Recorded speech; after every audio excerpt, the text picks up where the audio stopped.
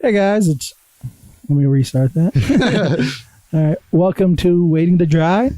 My name is Josh Lawyer. I'm here with Sergio Lopez. Hey, what's up, guys? And our guest today is Monty Guy. Hello. What's up, buddy? Yeah. Thanks for having me. Absolutely. Yeah.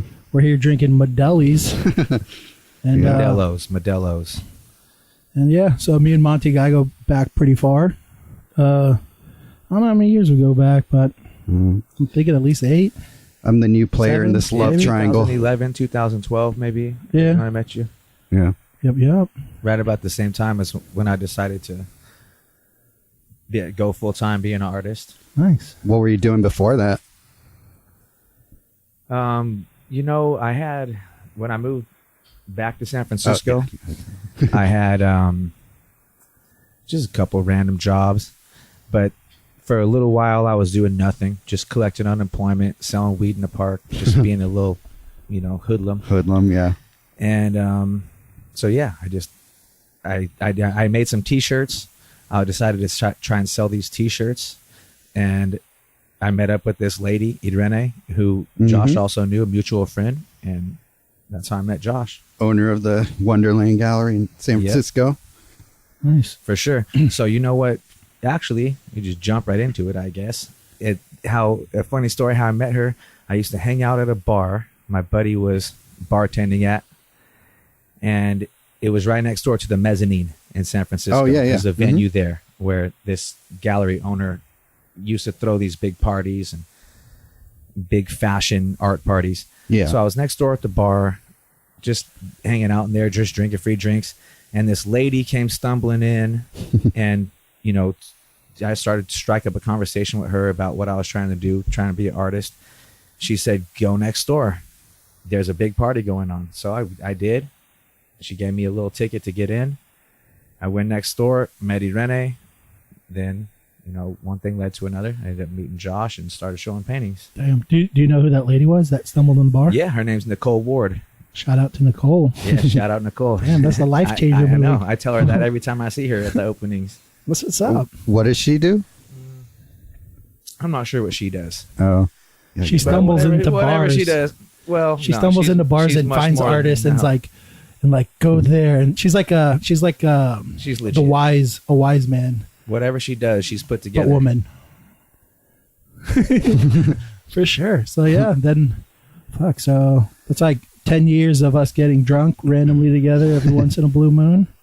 Yeah, that's why we hit it off. Yeah, now we're here today. Yeah. Yeah, no, I love Monty. You're a wild man. How wild does Monty Guy get? I don't know. What's something you could remember about him? Is. God, I don't know. Here we go. This is what our talk is going to turn into. It's like a rehab thing. Now I think about it. This was an intervention. This is a goddamn surprise intervention. Exactly. It's like an intervention with beers all over it. Yeah, this isn't a real podcast. We're going to end it today. We just started it just to trick you to get you here today. Yeah, no, you guys duped me. Yeah. I knew it was something smooth like that. Exactly. And now we're like, now we're pulling up the paddy wagon. We're going to throw you in. That's fine. They know me. But yeah, so did you already painted before you started showing, right?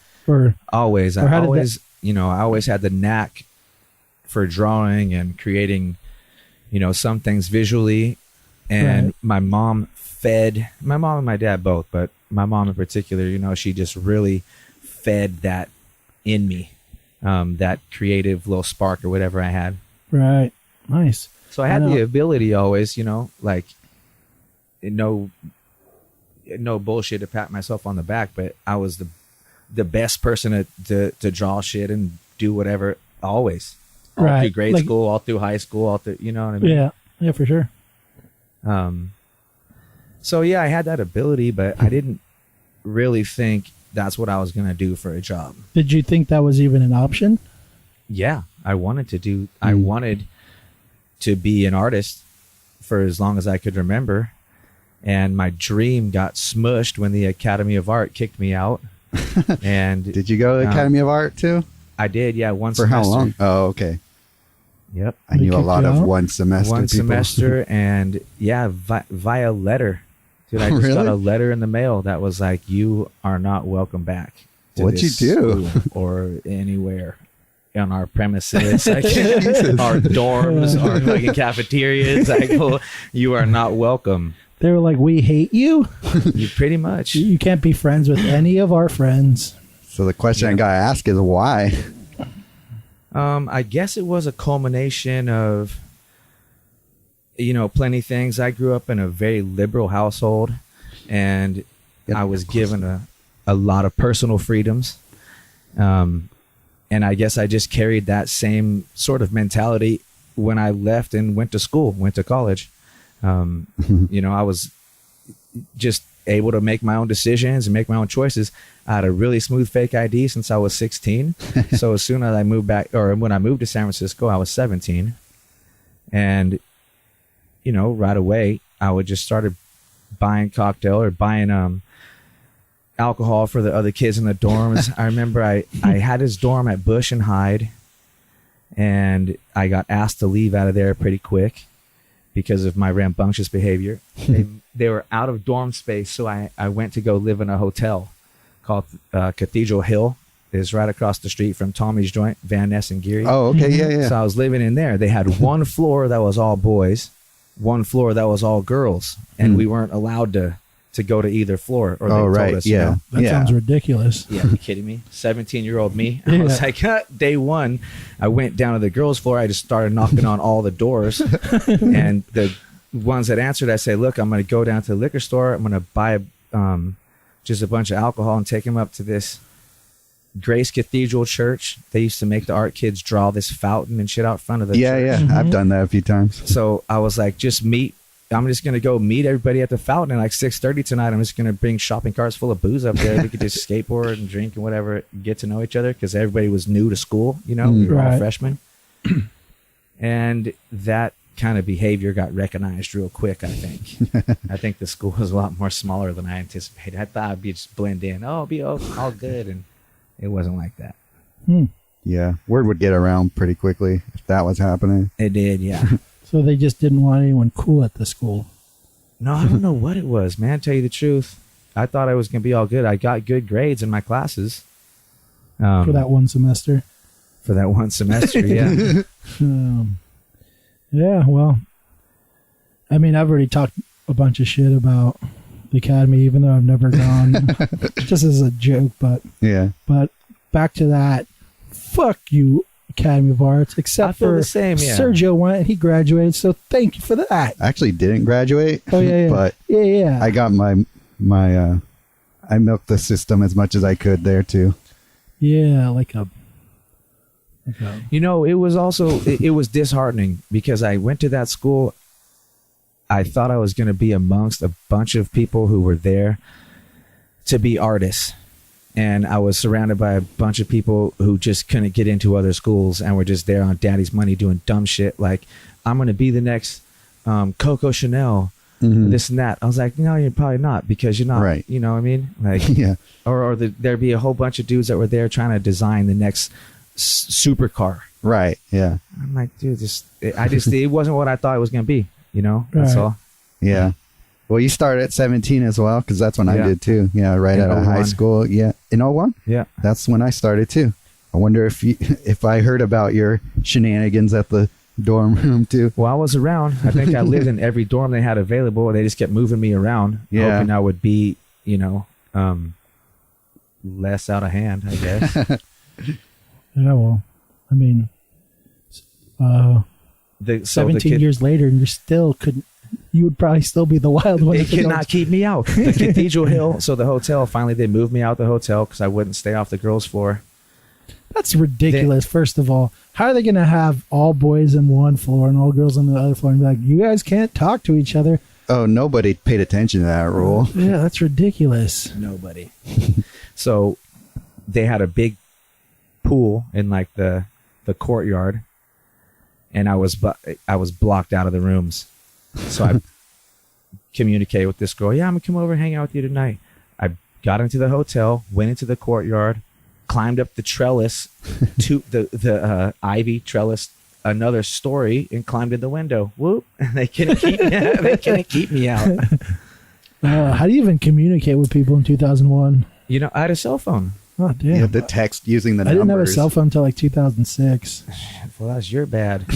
Yeah, sorry. I grew up broke as fuck. You know what? Something else cool, which is it came full circle back to our, you know, contemporary society with Instagram and all that. Mhm. I didn't know it at the time, obviously. So when I went to this hotel, that everybody had a room, but you were given a roommate also because each room had 2 queen beds. Right. So I was there. My roommate never showed up. I was there for a couple weeks. Finally, he showed up and he walked in the room real quick. Big dude older than me. He was like 24 at the time.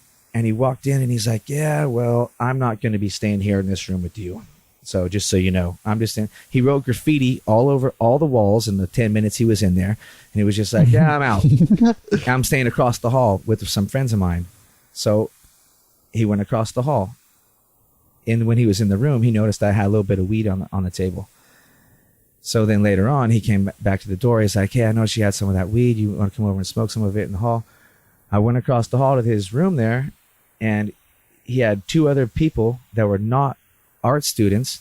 They were all art frauds. They came from New York. The dude who was supposed to be my roommate was a real art academy student, but the other ones were just his homies that were pretending and were staying in his, what was meant to be his room. Yeah.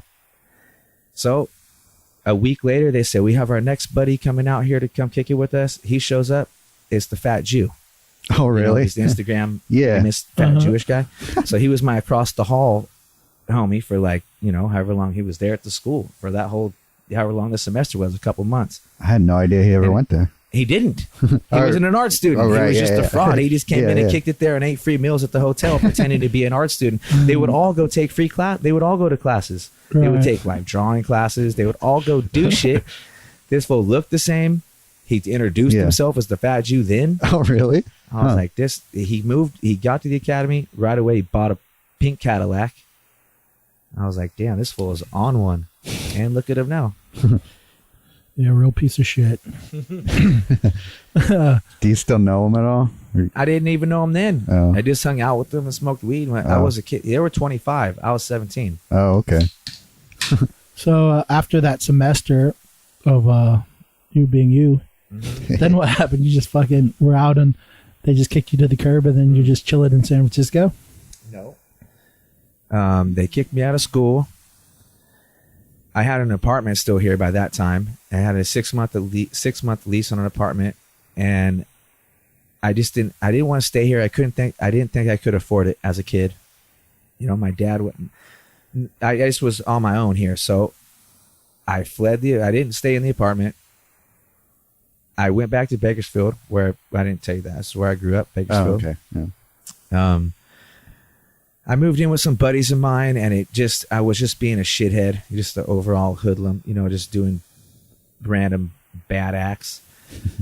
And I had this cousin in Hawaii who, for some reason or another, I think he was fleeing some jail sentence or whatever, but he had went to Kauai, and he was just a wild, like, island person there. So I thought, I'm going to go find him. I don't have anything else better to do. I got a one-way ticket to Hawaii. And I flew there. I flew to Kauai, and then just wandered around Kauai and Maui for, I don't know, maybe in total, better part of a year, maybe. Mm-hmm. Nice. How'd you like that? It was great. I loved it. Yeah. I mean, how could you not? I mean, then this was pre any travel advisor or GPS tags or any of that shit. There was none of that. You know, everything was still by word of mouth. Gotta go find this swimming hole. Gotta go, you know, find this place to fish. Whoop, whoop. So yeah, it was great. I loved it. I mean, I had a birthday on the island. Like, I just found myself there for a bit after just wandering around. You could say homeless, but to be homeless in Hawaii is not hard at all. Right. Yeah. I got tied in with this hippie commune in the middle of Kauai. These people be living back there for decades, separated from everything. Off the grid. They grow their own food. They got a little library system. They have some hierarchy with mayor and all this and that. It was great. I heard about them. I searched them out. when I found them, they made me a firewood kid, like a firewood picker, you know. Every day I just wandered around and gathered firewood. By the time I left the commune, I was trusted with kayaks, fishing gear, all goat hunting, all types of shit. It was awesome. That's awesome. Nice. So then I actually moved from there to Hollywood, to tell you the truth. I went from Hawaii. I didn't know this. Did you know people in Hollywood? Nope. But Bakersfield is pretty close to Hollywood, Bakersfield. right? Well, anymore these days, Bakersfield's basically a LA suburb. You know, geographically, if there wasn't the mountains out of the valley, it would just, you know, it's very close. You got to drive over the Grapevine to get there. But that mountain range wasn't there. It would just be a suburb anymore. I mean, the way everything has grown. Right. Mm-hmm. Yeah. But yeah, anyways, I moved to Hollywood. It was shitty. I lived there for 2 years. What made you go to Hollywood of all places? Because the only thing I was really good at is art. And so when I came back from Hawaii, my dad put me to work doing construction in Bakersfield. That lasted about 2 months. It's like, you had to wake up at 4 a.m. Yeah. To go. I was like, no, that ain't me. So I told my dad I'm going to move down to Hollywood and draw pictures for money. And so I got a job. Caricatures or no, I got a job working at a screen printing company. Oh, okay. I went down to move off of Sunset, and it was like Bill Graham inspired art. You know, I got to meet Stanley Mouse. Oh yeah. You know, this artist, old school, like local 60s artist. It's a basketball artist. He lives up here too. He used to go to drawing classes here. I don't know if he still does it all. So I met him, you know, I just did like 60s reproduction of art. I just reproduced old Bill Graham posters. Stanley Mouse, Alton Kelly, Rick Griffin, all that, these types of artists. Yeah. Was that the kind of art you liked at the time or still like? Yeah, I guess. You know, I really liked that kind of art. I grew up, but, you know, I was kind of raised with, like I said, my dad always had me listen to that type of music. Oh, okay. So, you know, I kind of appreciated the art. I remember looking at like Yes album covers. Yeah. Oh yeah, for sure. Like, yeah. I met the guy who does those or used to do those album covers. This guy, what's his name? Roger something or other. Federer. Yeah, exactly. Roger Federer did Yes album covers in his off time. Yep. When he was 3 years old. I mean, how much time does it take to become a professional tennis player anyways? 2 days a week. Yeah, I would say so.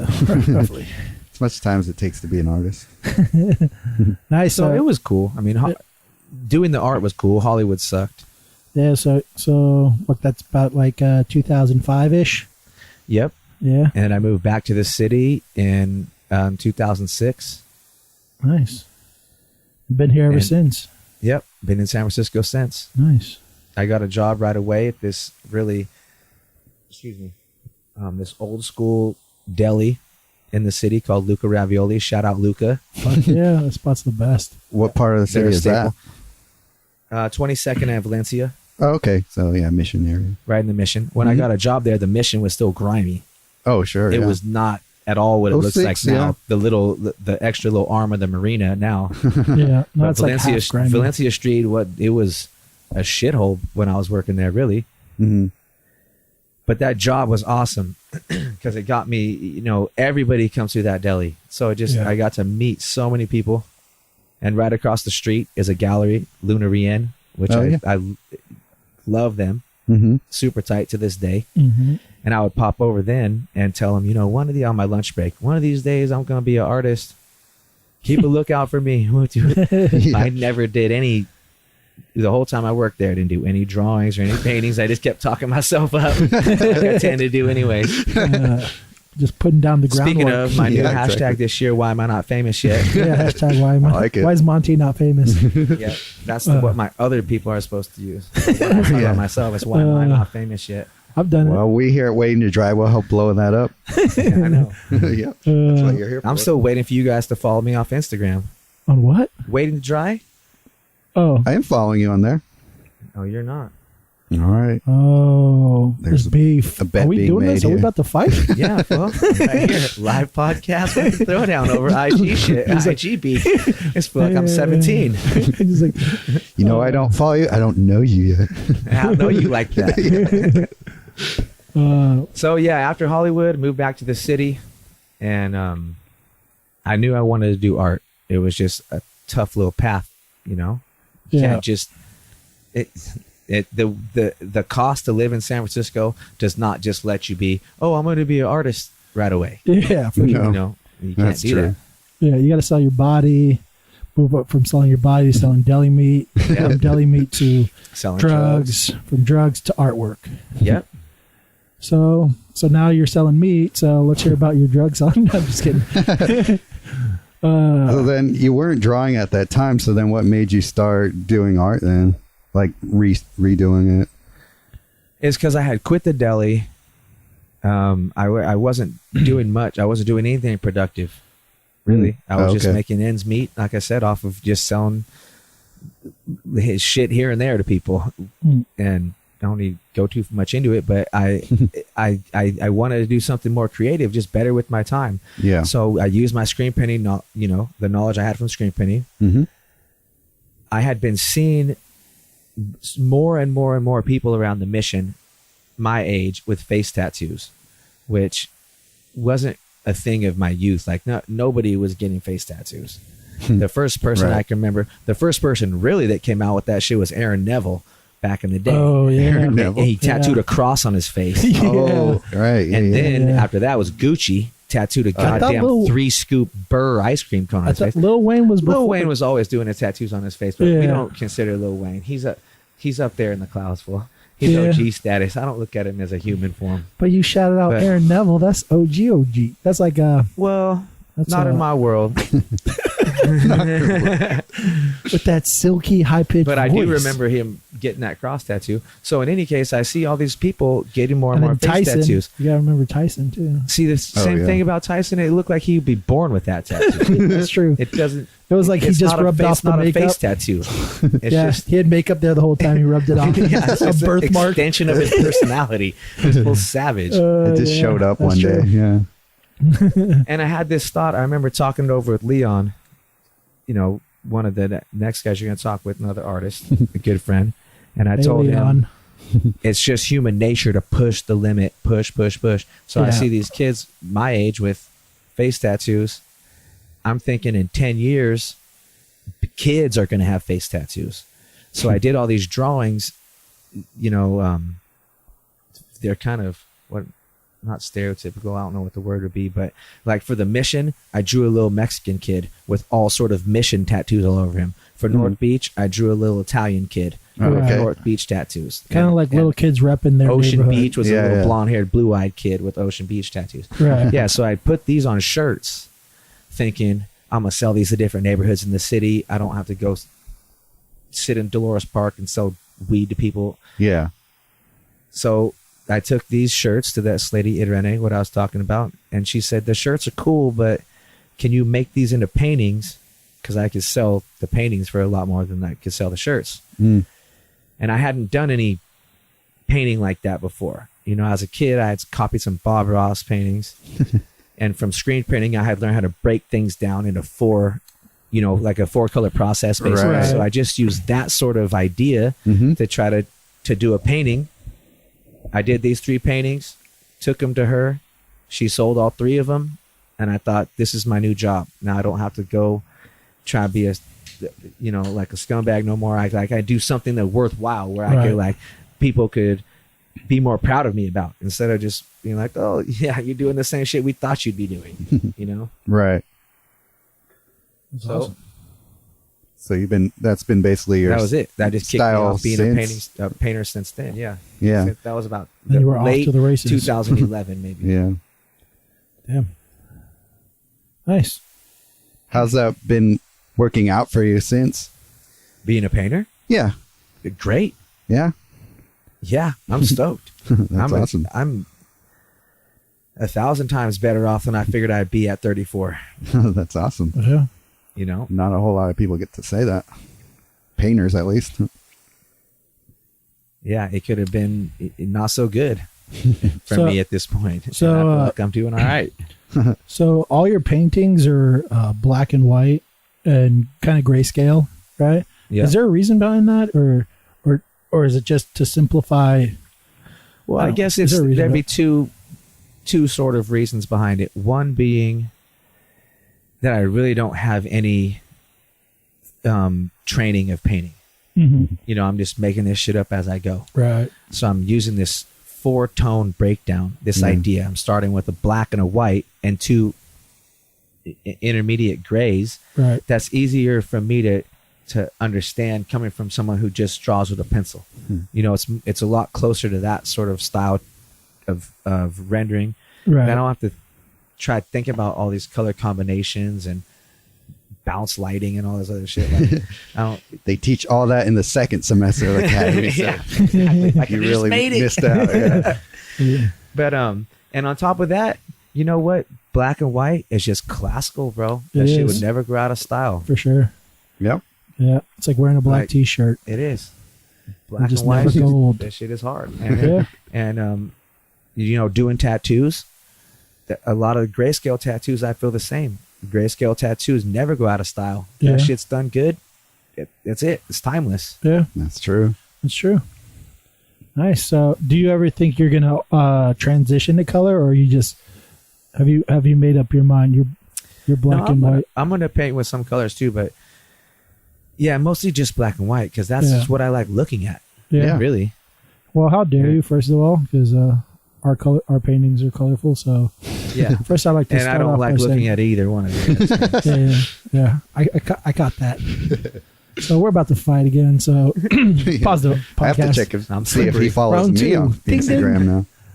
now. No, that's a lie. I love both your guys' paintings. Yeah, there's definitely, you notice that with a lot of artists, they kind of follow some random path, and Mm-hmm. it doesn't make you like or unlike certain art. Like just because you paint in black and white doesn't mean that you can't like a colorful ass painting. You know, Right. to be poetic. That's true. but I really don't that often. How dare you again?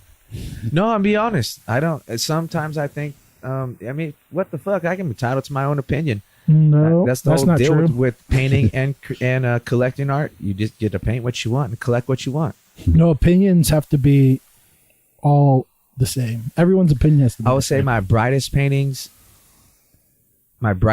is Max Ehrman. And What do you mean by brightest? like color wise? Oh, okay, You know, yeah, just the brightest. And then who's my other one? Josh, what's his name? Weiss. Lawyer. No. Oh, okay, cool. Nah, my feelings aren't hurt. It's cool. All right, I guess we'll just change the subject. I have 2 of your paintings. I'm just kidding. I don't have any of Sergio's yet. Me neither. Oh, yeah? I got a print, but how dare he not even give me a painting for my birthdays?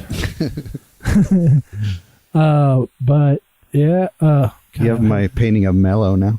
Oh yeah. That's true. Never mind. I changed my mind. So, God, I just had a question. I forgot it. It happens. So do you use the black and white?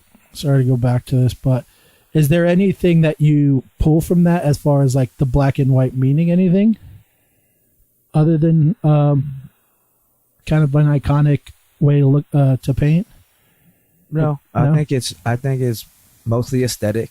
Yeah. You know, it did kind of lend to when I started trying to paint this idea of like what the inner child of my subjects were. It was like, you know, to paint like Basquiat as a 4-year-old with tattoos, Right. Yeah. or Jim Morrison as a 6-year-old with tattoos. Right. The black and white kind of lend to the like ghostly aspect, you know, like it's not a representation. It's just, Yeah. you know, So it's just like my own whatever I'm imagining. So when you first started doing these children, it was like children in like little hoods and them kind of Yeah. like repping their hoods, and then it transitioned to kind of like child iconic figures and then the tattoos would kind of almost It's like the narrative. be like bullet points to their life. Exactly. So what was the research as far as like going through that and trying to figure out what you would put in to kind of tell that story? You know, it's like I always really enjoyed the idea of art history class, but when I took it, I slept because there's like a dark room with slides, and there's someone being this is this, Right. and this statue is represented as a. I'm like, Yeah. this is like sleep for me. Right. Bueller. The this forced me to learn, you know, or to like Right. study people on my own. Oh, I see. Which I wanted to paint a little painting of Ernest Hemingway. Well, I had to go read up about him, right. find out all this stuff about his past, you know, in order to make the tattoos make sense. Yeah, that's cool. Yeah. So did you find any cool facts about like people that you really love and you were like, I didn't know that shit? Yeah, I did. Van Gogh. I guess one of the facts I found out was that he proposed 3 times and was shut down 3 times. Because he wasn't good in bed. fuck? Is what I heard. That's what I heard. The word on the street. Van Gogh couldn't put it down. Well, I don't know if that was it, but goddamn, 3 proposals and 3 shutdowns. He I mean, no definitely wonder didn't- this fool was depressed and chopping Yeah. off his body parts and shit, like eating his own pain. A little Yeah, there's a little bit of an overreaction with most of his stuff. Or maybe it's vice versa. Maybe they were like, "No, Yeah. we saw you eating a tube of cadmium yellow last Yeah. night. Well, we are not gonna marry you." Yeah, you just cut off your ear. So, Was yeah, he I in learned a love whole with bunch like of- another artist? Isn't that like another A theory. Yeah, like some Yeah. other guy artist. I know we won't I don't get know. into it, dude. I'm not trying to. I'm not yeah. trying to shame no one's name, especially when they're dead. Yeah, shout out to Van Gogh. Big bro. I also heard some theory about some kid killed him or shot big him. I bro have Van heard that. Gogh. Yeah. Yeah, and then they Like some and kids were messing around. They had a gun. Yeah, and they then shot him in the stomach or something. he felt bad, so he said like go and run off, and I'll take credit for killing myself or something like that. I don't know. But I have heard that about him possibly. If that went down, killed in that's the accident. most gangster shit ever. He's like, just damn. Yeah, he's like, you know what, boys, just run away. Yeah, Quentin I'm Tarantino. gonna take this one for the team. Yeah, Quentin Tarantino needs to make that movie, Van Gogh, but just super exaggerated. That'd be fucking awesome.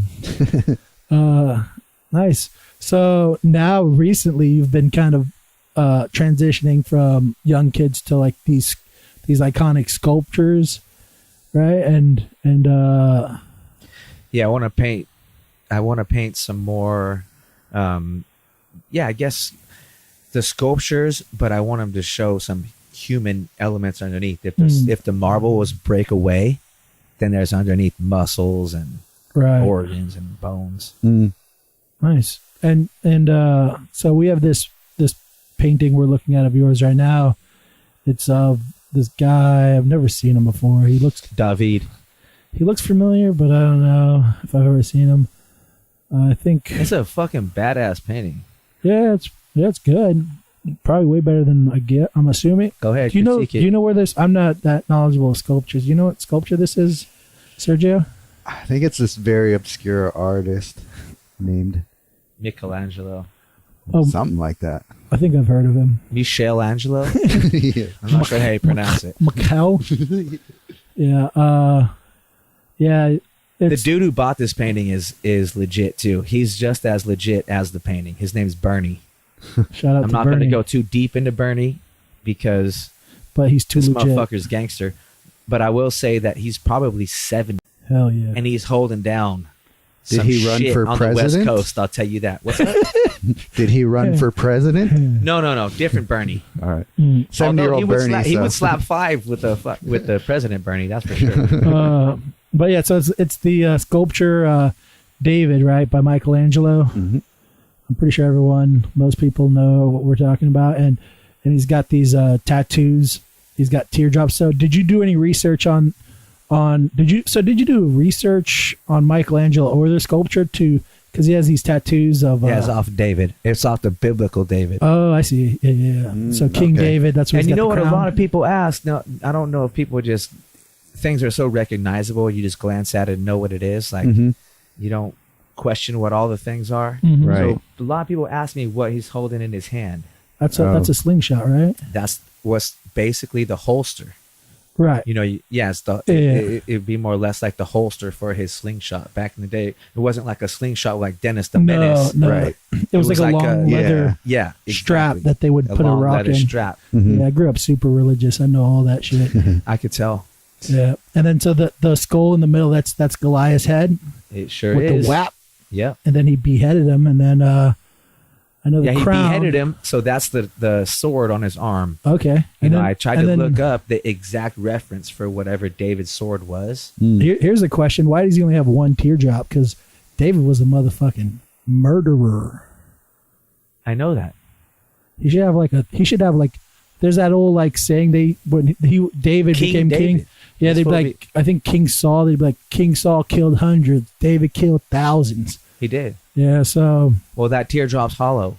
Oh, or maybe there's like 1,000 little teardrops in that it. Teardrop's hollow to hold all his murders inside of it. Okay, I see. Okay. And you see the one coming off the sword. That's the David kill. The Goliath kill. Yeah. So you got the bear and the lion, which he killed both a bear and a lion. Yeah. Yeah, and then with his slingshot. Yep. To protect sheep. Correct. Yeah. And as practice. He was a shepherd, and his brothers used to like clown him for that shit. So like, bitch ass David, he's not going to kill Goliath. And he was like, let me show you some shit. Let no one lose heart. This is literally words from the Bible. Let me show David. Then heart. David said, "Let me ye cometh and let me show you some shit." And then he shot down Goliath. These are all facts. And that's Jeremiah 17:40. And then so the harp was. Did he play the harp or something? No, I can't remember. It's called a lyre. Lyre. It's kind of like a mini harp. So it's like a ukulele. It's like a ukulele, of harps. It is. It's like a ukulele of harps. And apparently, it's a lot of reggae singers. I don't know because this was a little bit before my time. So apparently he played this instrument and just murdered fucking lions and bears and giants and shit. Like David's a gangster. Look at that. Hell yeah! Did you ever hear about how he stole someone's wife? No, it's not surprising. Yeah, he was like looking out at his he was on his balcony or some shit, and he sees this girl and he's like, damn, she looks good. So he's like, he told his slave, he was like, hey slave, go get me that girl over there. And she was married, and he was like, yeah, I got you're married, but like you're my wife now. And I forget how it ended. I don't remember if he killed the guy or was like, listen, dude. He most likely killed him. Probably. That's some real David action. I remember the guy confronted him. I don't remember what happened after that. So what, you gonna critique the painting or what? Yeah, it's dope. I mean, that's your critique. Well, fucking I knew that. I mean, I was trying to tell you that we don't try to critique them as much as we try to just kind of discuss them and break down whoever is our guest work.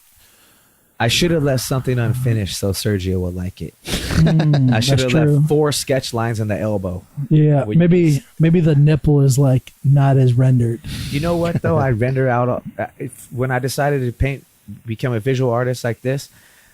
I didn't want to have any guesswork in my paintings. You know, so many times people would go see art and it's just like there's just a lot of guesswork in it. And I wasn't trying to do paintings when I started.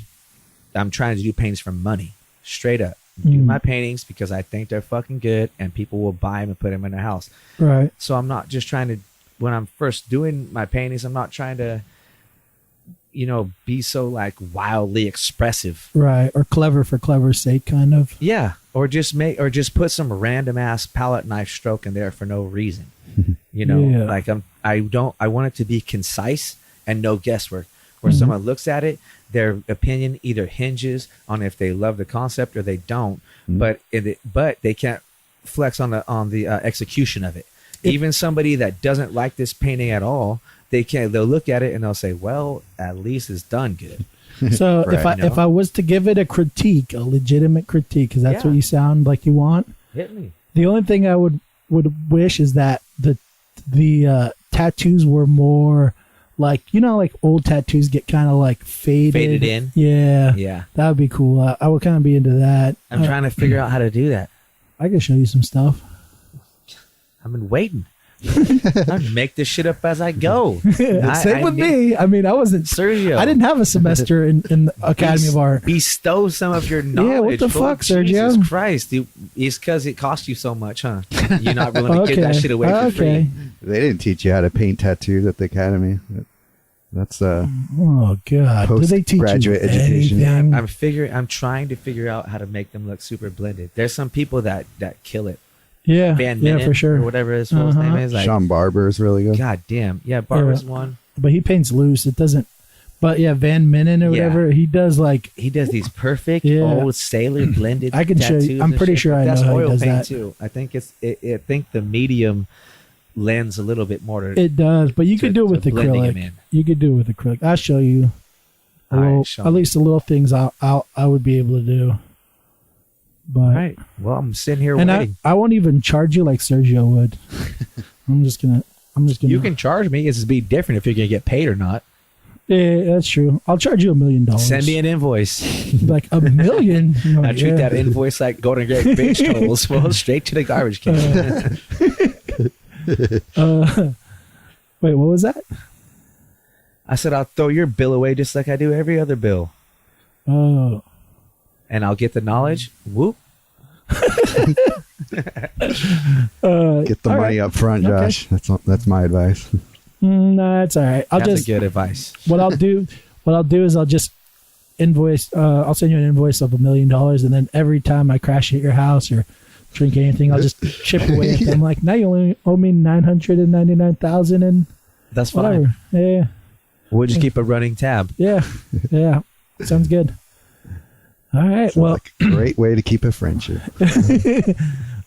So I also wanted to talk a little bit about your parents, just because I know your parents. You know them? And I love your parents. And they're fucking 1,000,000 times cooler than I would hope to be. And I think what you are is you're literally like the exact outcome of what your two parents would create. Your sister, she's like I don't know how she became who she is. Because if I met your parents, I'd be like, yeah, their son's probably going to be a wild artist child, slight weight hippie, slightly cowboy with a dash of cayenne pepper. And Tupac. Thug life tatted on your chest. But yeah, so I know your dad's name is, what's your dad's name again? I always call him Guy. That's his name. See, it's so confusing. I literally just found out that Monty Guy's name is Monty Guy is your first name. Yes. And Monty Guy is my first and my middle. Look at my grandpa was Montague, or is Montague. Mm-hmm. And my mom shifted it to be, my dad's name is Guy. Mm-hmm. So my mom made up this new name, Monty Guy, instead of Montague. That's awesome. And that's it. So, and yeah, and even my mom says sometimes, oh, she talks me up so much, dude. She'd tell someone, oh, go look at my son's artwork online. His artist name is Monty Guy. I said, Mom, that's my name. Like, that's not my artist name. That's the name you gave me. Like, that's just my regular name. But it's not my artist name. I thought your last name was Guy. That's what I would have assumed. Yeah, and I'm pretty sure there's a bunch of artist friends of yours right now being like, wait, hold the fuck up. So let them think that. No, too late. I've already cracked that egg. No, but they don't know what my last name really is, so they'll never find me. Look me up. Try it. So it's Monty Guy Wilbertson. Yeah, Wilbertson. You know why I don't use my last name on nothing? Because I haven't paid taxes since 2005. Ooh, you should not. We'll cut that out. Don't cut that out. It's my life goal to die without paying taxes. Yeah, but it's not good to put it out there. Why not? The IRS Come and find me. Huh? Come and find me. All right. California's a big state. I'm a CA bitch. Try to find me. So, hold up one second. MJ. No, wait, we have to stop recording or no? No, we'll just edit it. This is unedited podcast. No, we edit a little bit. Yeah. What? For time purposes. Don't make it be edited.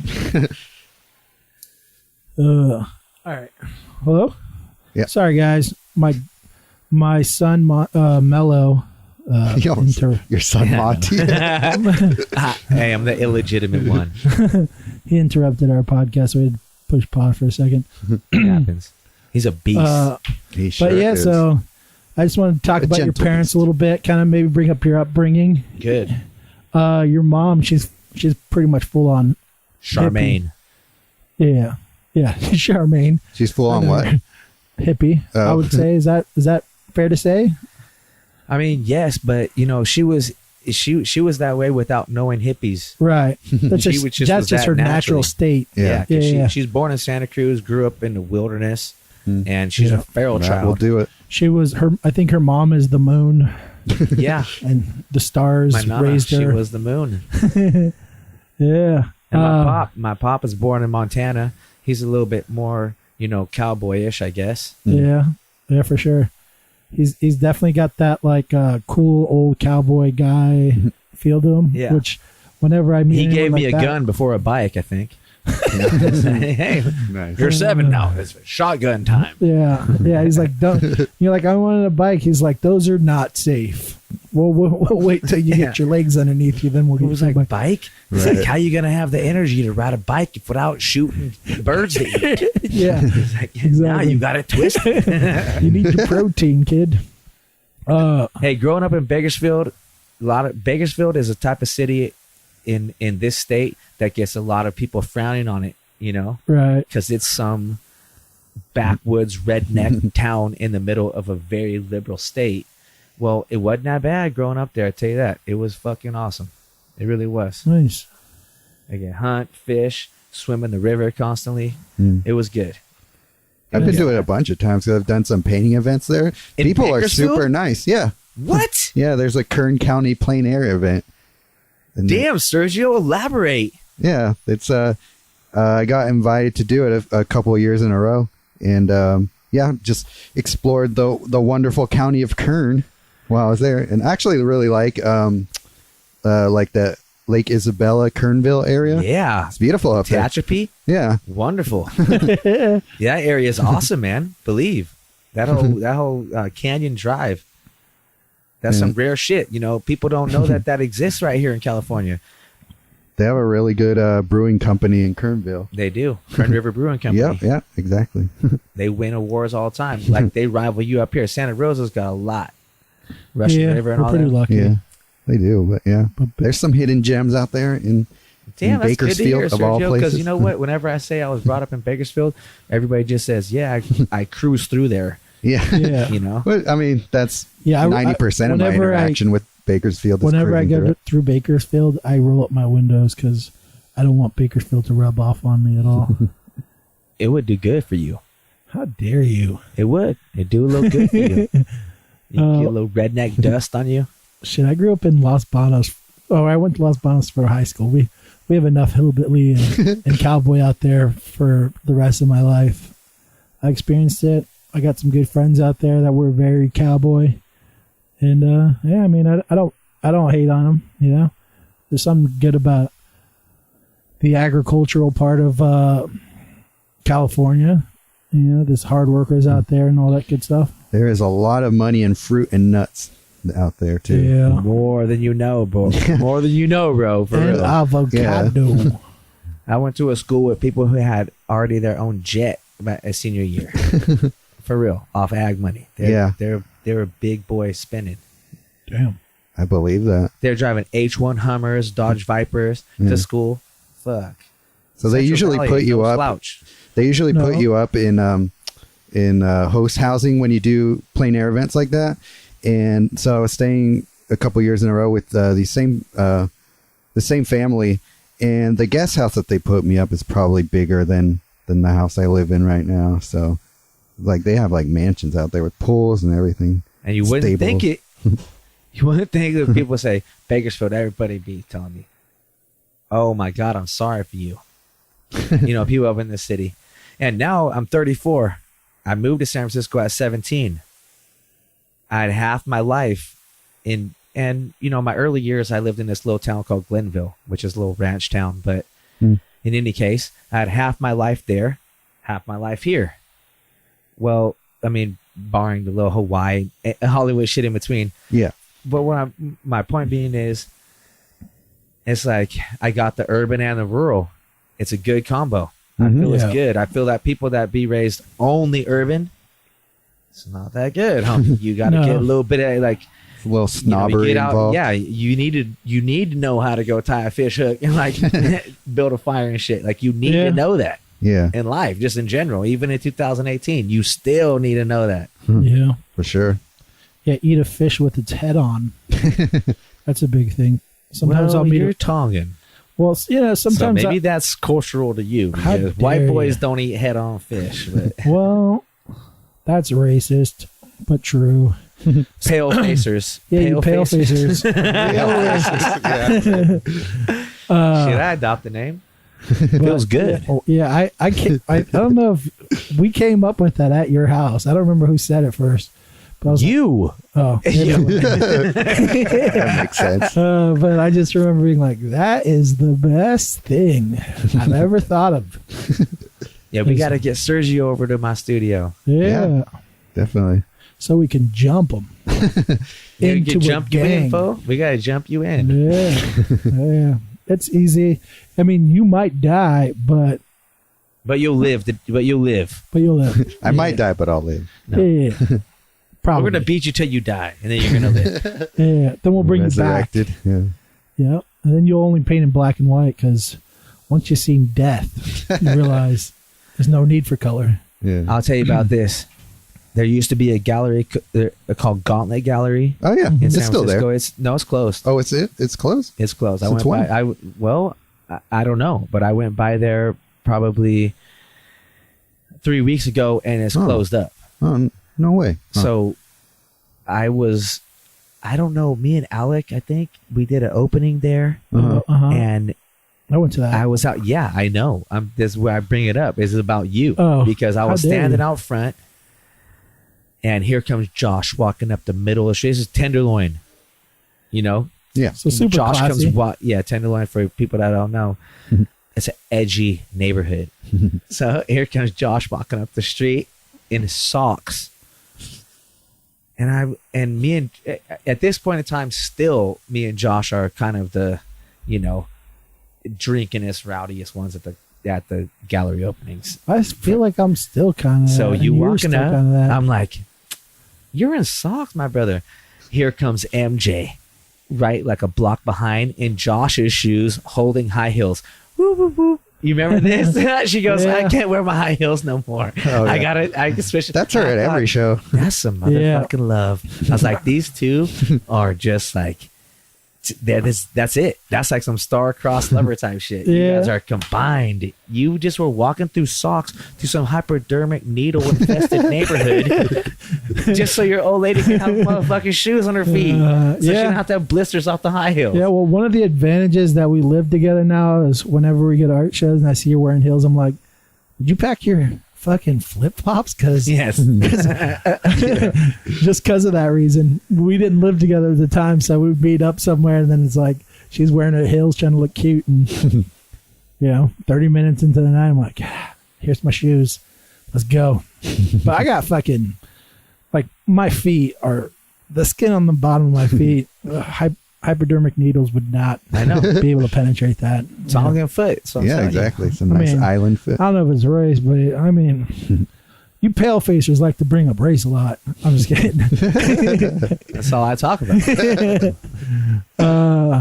But yeah, so also another thing I wanted to talk about, this is totally off subject, but there's something that happened in Facebook that we were supposed to bring up last week, and yep. Everybody's been waiting with bated breath. I'm still kind of curious about what this is because I only go on Facebook to talk to my family and say like happy birthday to my mom and my brother Bailey. They just had their birthdays. Happy birthday. Also, Monty's dad's birthday just happened yesterday. So they did. Happy birthday, guy. OG.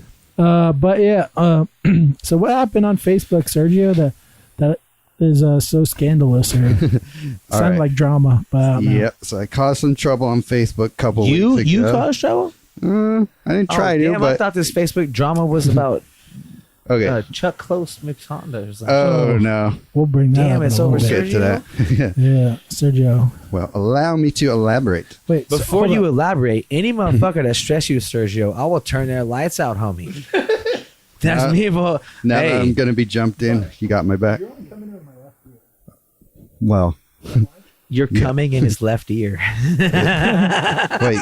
Oh, you mean I'm like gonna take the it's only right. coming out of that one? Yeah. That's all right. Oh, I thought you were making Is a it coming joke in because only you on only your had. left ear? Sergio comes in all my ears. Okay. On a side note, can you hear Sergio only in your left ear?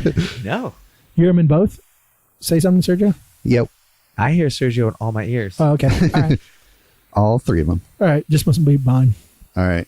So let's do this. So I get emails from all sorts of different painting organizations, and some of them are for painting competitions. I just like to know what's going on in the plein air world, even if I'm not in it all the time. So this one came in to my inbox, and it was for California plein air painters. They do like a online show where you just submit your paintings to it, and they do the judging online. And they don't necessarily have to be plein air paintings, but they do have to be paintings.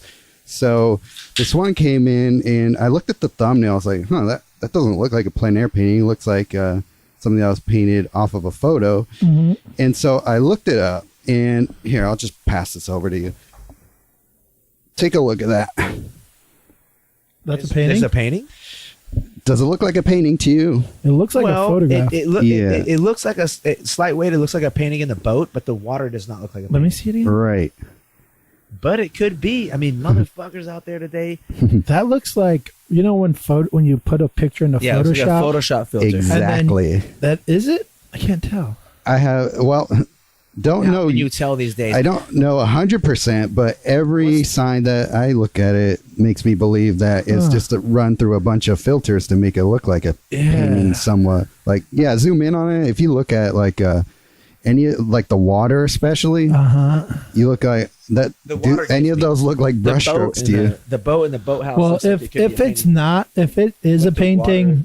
my apologies, but Well, here's the deal. I can't paint water this good, and I'm basically the best painter I know.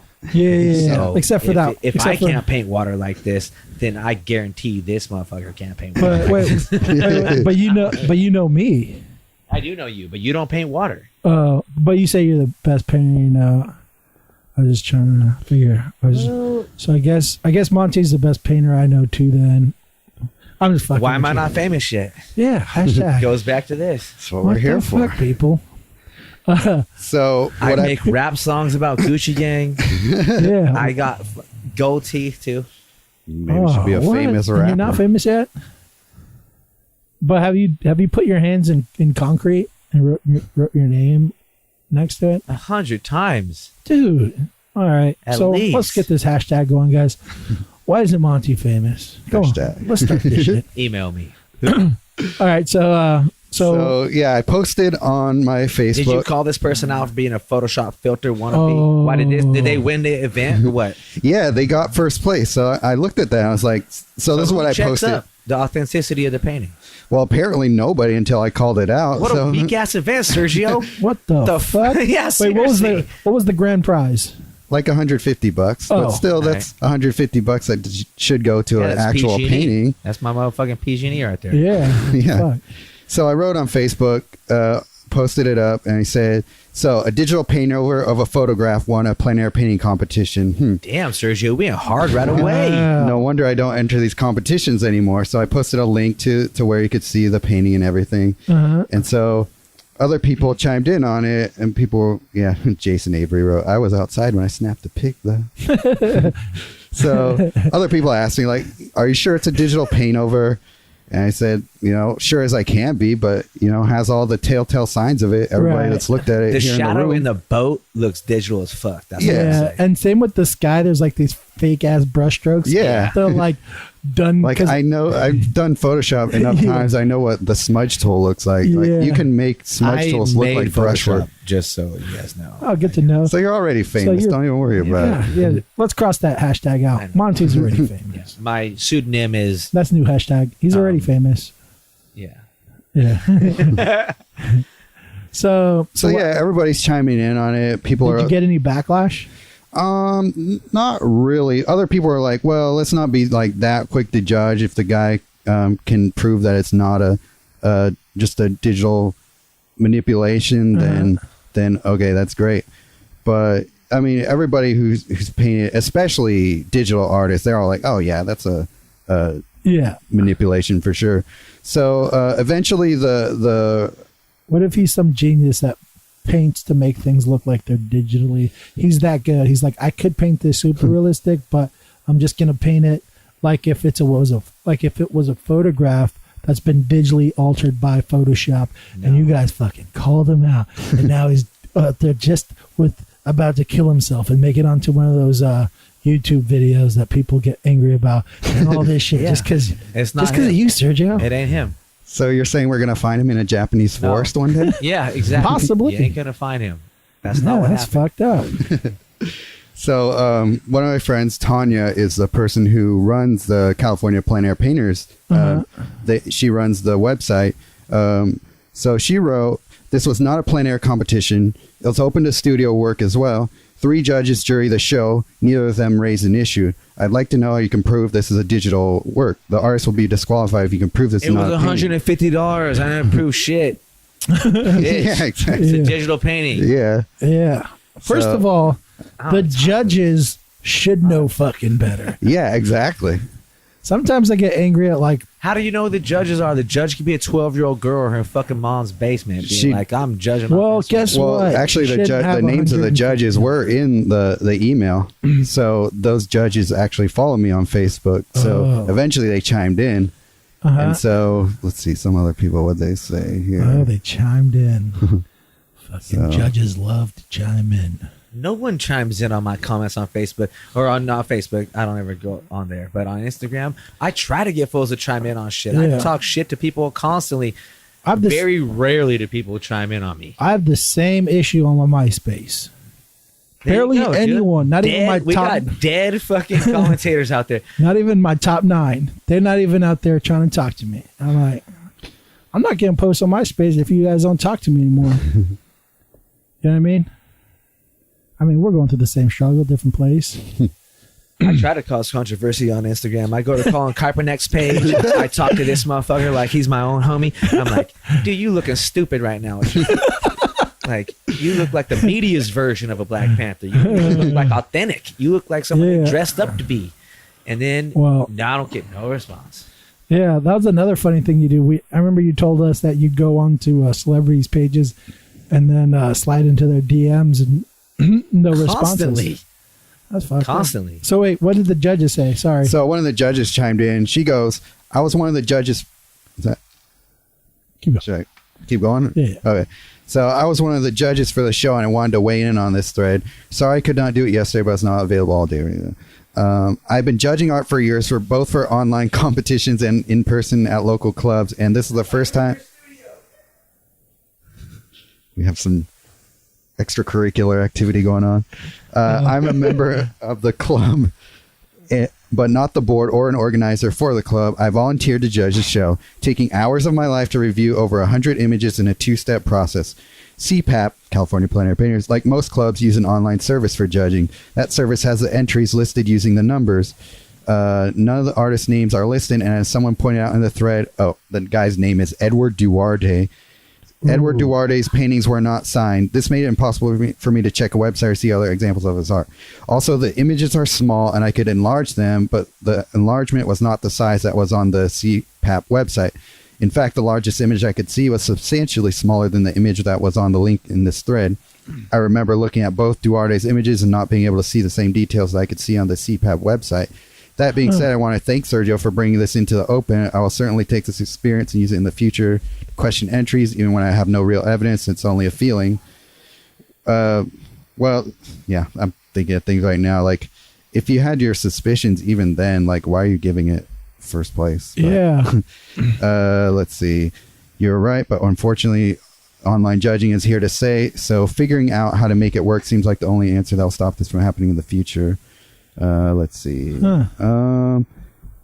True. Well, she says, I'm not sure what service was used for this competition. I'm not familiar with the other judging service, but larger images would certainly help. And I said, like, that was so obvious, even at a small level, that was a photo manipulation. Like, just being able to zoom in on it was that sort of thing. Yeah, that's just Sergio, tough. I appreciate you being vocal in your plein air little dynamic or whatever, like your little group is, because too much people in the art world be not vocal. Yeah, that's true. They keep their mouth shut about shit they don't like, or people be acting up. Like I heard you guys in your previous podcast talking about this fool from White Walls. I would hear stories about this motherfucker for a while. Yeah. Perfect. He did this, he did that. From friends of mine, even he owes me money. He owes me money. He was like, dude. City of San why Francisco don't you money. just go fucking get your money? Even if you don't pick up your money, right? You could go approach this fool. People, I don't know why they were so scared to talk up. One time I was with a friend of mine who he always pronounced her name wrong. And this idiot's name was Justin. The first and only time I ever met him face to face. We saw him. We were going into a foreign cinema, this restaurant, this brunch restaurant in San Francisco. So we're on our way in. This guy's out front having a drink. We walk up. He pronounces her name wrong.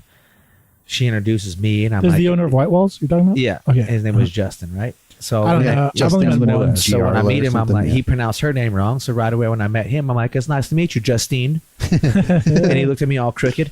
And this fool thought he was like, on like the top of the world type shit. I mean, nothing to me. Yeah.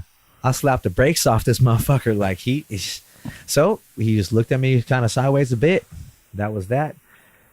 I never had any personal interaction with him. But I had friends of mine that owed money by him. I say, just say the word. The next opening this fool has, I'll go in, take 2 paintings off the wall and walk out. And I'll hold these paintings at my house and say, now you have an issue with the painter. Now you have an issue with me. And you have an issue with someone else that you owe money to. I'm not going to mention names for this current gallery owners in San Francisco, but it's some same shit going on right now. Same thing. Where I have gallery owners owing friends of mine money, and the friends of mine are like sweet girls, like not edgy type girls. Right. I'm like, you're trying to get over on the people you can. Exactly. You know what I'm saying? So I tell these friends of mine, give me the word. Motherfucker's not going to owe you that much money anymore. If he owes you money still, he's going to be owing now money for the paintings off his gallery wall during the opening. I'll walk in that bitch. I'll take 4 paintings off the wall and walk out. Yeah. I mean, I'm not down for that type of behavior. Yeah. There is this like shitty thing that happens where artists, I think it's because of artist reputation, but they get this like they just get taken advantage of. Oh, for sure. That's why I enjoy working with galleries they're just businesses on point. Yeah. That to me is like, if I try to work with you once and shit goes like a little where I got to ask for money or whatever, then I'm like, all right, I'm not working with you ever again. Yeah. It's even harder when you're dealing with a gallery that's not in your area too. Yeah. But, and I'm like a big fucking guy, I think people just need to have I've never had a gallery mess with me at all.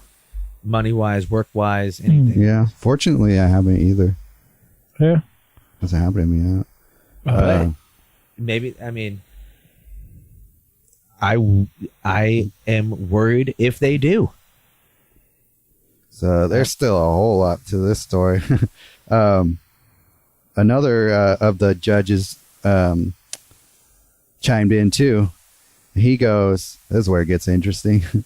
I was one of the judges for this online event. Thought I'd prefer to wait until I had all the information to effectively resolve this issue. Here's some background on my perspective. This was a 2-step judging process where links to the entries were loaded onto an Excel online spreadsheet. I was unable to view the entries on my computer without completely downloading each image. There were approximately 200 images submitted. When I explained this to the administrator, he suggested I use my phone. As a result, all my assessments were made in tandem, viewing images on my phone while scoring the images through my computer. I was not familiar with the entrants or their previous work. I was charged with sorting through images to determine those that exhibited artistic and technical merit. Though I've judged many events, I still may be naive when it comes to guarding against this type of infraction. I'm on the OPA board. What I want to say is, I think that I remember when we talked with Jason Avery, this kind of came up a little bit about art competitions. Mm-hmm. And at the end of the day, I mean, I think it's just weird in general that there's competitions that artists, potentially have to find certain income through having people judge their work. Mm-hmm. I don't know. It seems weird, and it's tough. And at the same time, like, I don't know these judges, so I don't want to talk shit about them, but just like, the whole idea of it qualifies you to judge artwork. You were asked to, basically. Yeah, I know, but at the same time, that's the qualification. I guess, but that wasn't a ton of money, obviously, but but I don't know. It's too just fucking weird, because what I like in art, I assume there's very few that are going to be exactly this, are going to like the same exact things as I like. And I don't know if 3 people should be in charge of judging a group of artists. I don't know, would you say like 200 people? Mm-hmm. To me, that seems weird. And I'm assuming 200 people, a good chunk of those people were talented artists. I steer away from it. Yeah. Mm-hmm. I've never actually not that I've ever even tried to do any competition. Mm-hmm. And I'll tell you why, is because, I don't trust the judge's judgment. Right. That's all. Yeah. Like, who is this motherfucker judging shit? Let me see what that folk could create. Right. Yeah. I guarantee I could paint better pictures of my feet than this motherfucker who's trying to judge my painting. Yeah. Sometimes it's not even artists who judge the painting. Yeah. So I'm not even trying and to that's one of those things where I think it's tough, like, to judge. It's like, I don't understand how people can judge art without understanding how difficult it is to do what you're doing. So some things you can do art-wise, and it might just look good, but it's not actually that hard. You know what I mean? Sure, yeah. And then other things are very difficult. So when I look at another person's painting, I'm like, I'm trying to like break down how that painting is made. And some parts I'm like, I have no idea how they did that. Or like, even if I kind of understand how they did it, I'm like, ooh, that took a ton of practice to get it as good as it is. Mm-hmm. Where if you're a judge and you're judging artwork and technique isn't a part of your judging because you have no idea how to paint, then why should I respect that? Just because there it's like any other art form, right? There is a technical side to art. And when you listen to music, when you eat at a restaurant where it's supposed to be, a high-end restaurant where the chef is like a Michelin star, whatever, and has like 3 Michelin stars, whatever, or fucking 1, you don't get to just put slop on the plate and say, trust me, it's good. It's good. And I get to be like, yeah. And not only that, but the judges that are judging this, the food critics, I am assuming that they actually know how to cook. Right. People that judge music, like the Grammys and stuff, even though I might not agree with it because there is some politicking to it, but you have to assume that they're a part of this music industry and that they know how to create music in one way or another. Same with the Oscars. Like, do you assume, like, Tom Hanks is as a part of the Academy? The judges. Yeah. And they have like all these like people that are part of the film industry that understand, what it takes to create a film. But is everyone judging all this artwork? Do they have any concept as to how to create stuff? I mean, if you do, much respect to you, and I feel like most people that are creating probably aren't taking the time to judge some shit unless it's like some really quick stuff. I've also like felt BET too, though, rap battles. at least about these art competitions, is my paintings aren't artsy enough to go into them. Like the people that I see, they be like, I won this portrait award. I did this, that, and the other. Yeah. I'm like, well, it looks like you painted a portrait to win the portrait award. Do you guys remember? Like, you guys remember left those? just the right amount of shit undone, like just Right. like, That's a and good you know point. what? There's amazing fucking artists out there. Yeah. The thing of it is, like, having everybody having these gadget phones now is that you're available to see the cream of the crop of every little corner of the world. Mm-hmm. You could have some dude in Dagestan in a hut Yeah. just drawn with coffee and a fucking homemade horse hairbrush. Yeah. And he's doing some ill shit, and then we get to see it. Yeah. Yeah. And That's like true. all of a sudden, this motherfucker's the bomb because he is. You Right. know? Like we're so like over fed of beautiful art. Well, when if I ever try to be in a portrait competition, it's like, nah, it ain't that. It's not. You aren't rural enough. Yeah, okay. Like there's not, like you said, the paintings you like is left some of it open, Right. left some of the work showing. Sure. Yeah. See, I try to take all that out of my paintings. So the person looking at the painting, 99 out of 100 people looking at my paintings are not painters.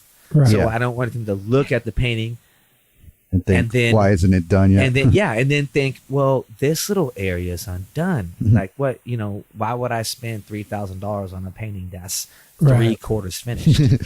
I want someone to not have no guesswork. Look at the Yeah. painting, love it, or they don't. Yeah. But That's one way to look at it. Yeah. there's no guesswork in it. They don't look at it, have to decipher anything. They look at it, they love it, or they don't.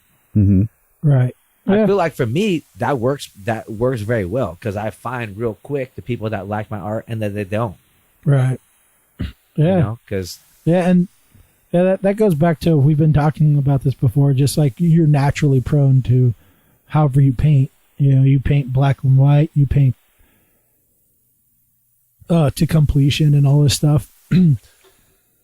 And you enjoy doing that, so do it. And then there's enough people in the world to where you should have a group of people that if they like it, they like it, and if not, then keep moving, because there's at least like 50 people in the world, if not more. 7 I'm not billion. counting. Oh, I was close. Round up. Santa Round up to Rosa the is a small nearest community. I 7 know it's billion. hard for you to look outside of it. Yeah. I mean, I'm not 7 billion. okay. I'm And just saying, I don't keep track of how many people are in the world. I just assumed, There was 50. yeah, at least.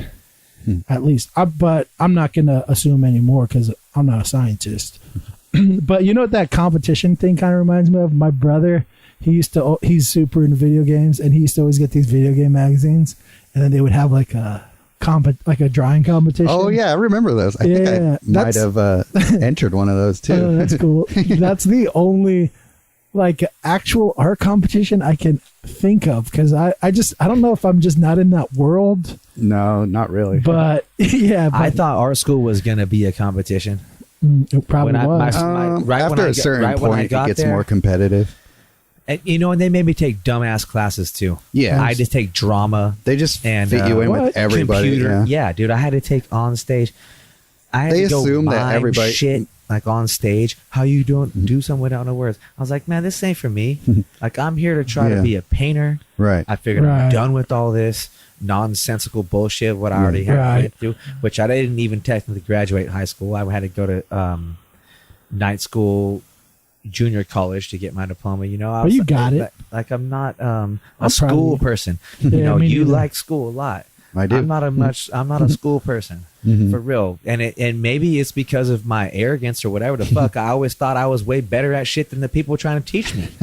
I was like, dude, you know the little shred of junior year history because you studied it. Mhm. But that's it. Yeah. Like, I see you when we get out of school at the gym. You don't know shit. You know what I'm saying? I see you at 24-hour fitness when we're out of school. You don't know shit. But you're just another dummy in the street. Who are you talking about? Like, What's his name? What's his name? Mr. What? Mr. Phillips? Yeah, Mr. Phillips. You know shit. No, but this fool actually was kind of gangster because in high school, I started this thing. My parents had a house about 2 blocks away from the high school. So this was pre even the Fight Club movie, where I started this gathering after school called our Fight Club, where my parents got us boxing gloves and headgear and everything, and we would meet in my parents' front yard after school and beat the shit out of each other. Anybody that was having beef in school, any of the football players, whoop whoop. Mm-hmm. So Mr. Phillips, one day, he's having an issue with one of the students. He tells him, "I'm gonna come over to my folks' house after school. I'm gonna box your ass over it." This fool showed up. This fool came over to my parents' house after school and put on boxing gloves and boxed the student. What? It was fucking amazing. That is crazy. It was super cool. Can't do that anymore. No, you can't. And it got to a point where they every day after school they get on loudspeaker and say, any student affiliated with sports that's caught doing Fight Club over at the Dobus residence is going to be suspended off of sports. Whoop-de-whoop. Well, first of all, first rule about Fight Club. I mean, read the handbook. We talked about that shit, fool. Are you kidding me? After a month in, we had schools coming from all over the city. We had inner city beef coming over and squashing that shit off boxing gloves. It was amazing. Yeah. Yep. It was. While talking about teachers, I wanted to bring up my teacher, Miss Foster. She reached out to me on Instagram because I was talking shit about my art teachers. Yeah. But I think at one point I was like, yeah, there was one good teacher, and she was the one good teacher. She's like, oh, hope you weren't talking about me. And I just wanted to say shout out to Miss Foster. She was the only good art teacher at Los Banos High School. And right on. Yeah. There you go. My high school art teacher. She tried. Failed me 3 years in a row. I had a couple art teachers. No wonder you don't like art school. You know what this fool did? Some sneaky shit. He was working on his own self-portrait, which was horrible. And he knew I had a little knack for art. He tells me we were doing it. Everybody had to paint the same old scenery.